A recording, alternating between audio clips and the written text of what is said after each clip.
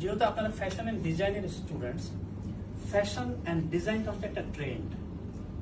এটা 200 বছর, 300 বছর, 400 বছর পেছনে যেমন ছিল না, এই ট্রেন্ডটা চালু হয়েছে যখন ইকোনমিটা মার্কেট ইকোনমি হয়, অর্থাৎ সবকিছুর উপরে অর্থ আরোপ করা, মূল্য আরোপ করা। আপনারা দেখবেন যে ফ্যাশন ডিজাইন করতে গেলে কয়েকটা বিষয় আমাদের সামনে প্রয়োজনীয় উপাদান হিসেবে আবির্ভূত হবে। একটা হচ্ছে কালার, রং। রং ছাড়া কখনো ফ্যাশন হবে না, সব ব্ল্যাক এন্ড হোয়াইটে কখনো ফ্যাশন হয় না। দ্বিতীয় হচ্ছে ফ্যাশন করতে হলে আপনি শুড প্রডিউস সাম ডিজাইন, আকার আকৃতি দিতে হবে। আমি কথাটা বলছি, আপনারা চিন্তা করে দেখেন, এই যে ক্যামেরাগুলো আছে, প্রকৃতি কিন্তু এত সুন্দর না। যখন ফটোগ্রাফি দিয়ে ছবি উপস্থাপন করা হয় তখন প্রকৃতিটাকে খুব সুন্দর মনে হয়। আমাদের জীবনটাও সেরকম। আমরা জীবনটা শুধু পোশাক পরিচিত ফ্যাশন হয় তা না, আমাদের তো লাইফ স্টাইল বলে একটা কথা আছে।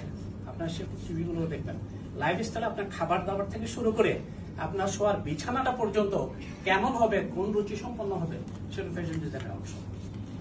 এগুলো হয়, আমি যেহেতু সোশিওলজির ব্যাকগ্রাউন্ডে সবসময় এই কথাগুলো বলবার চেষ্টা করি। আমাদের অর্থনীতি যদি আগে এগোতে না থাকে, আমাদের সমাজের অন্যান্য প্রতিষ্ঠান যদি এগোতে না থাকে, ফ্যাশন ডিজাইন আগায় না, ফ্যাশন ডিজাইন পিছনে থাকে।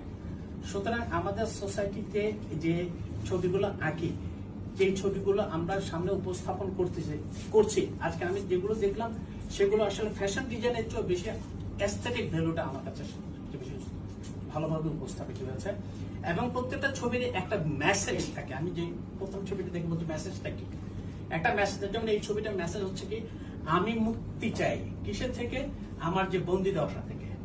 এবং তার প্রকাশটা হচ্ছে ডান্সের মধ্যে। Dance is one of the projection, এক ধরনের প্রজেকশন। তো এইরকম সবগুলো ছবির ভিতরে আমি আসলে এখানে ফ্যাশনও পাইনি, ডিজাইনও পাইনি। আমি যেটা পেয়েছি সেটা হচ্ছে আর্ট। সবচেয়ে বড় জিনিস যেটা পেয়েছি সেটা হচ্ছে শিল্প।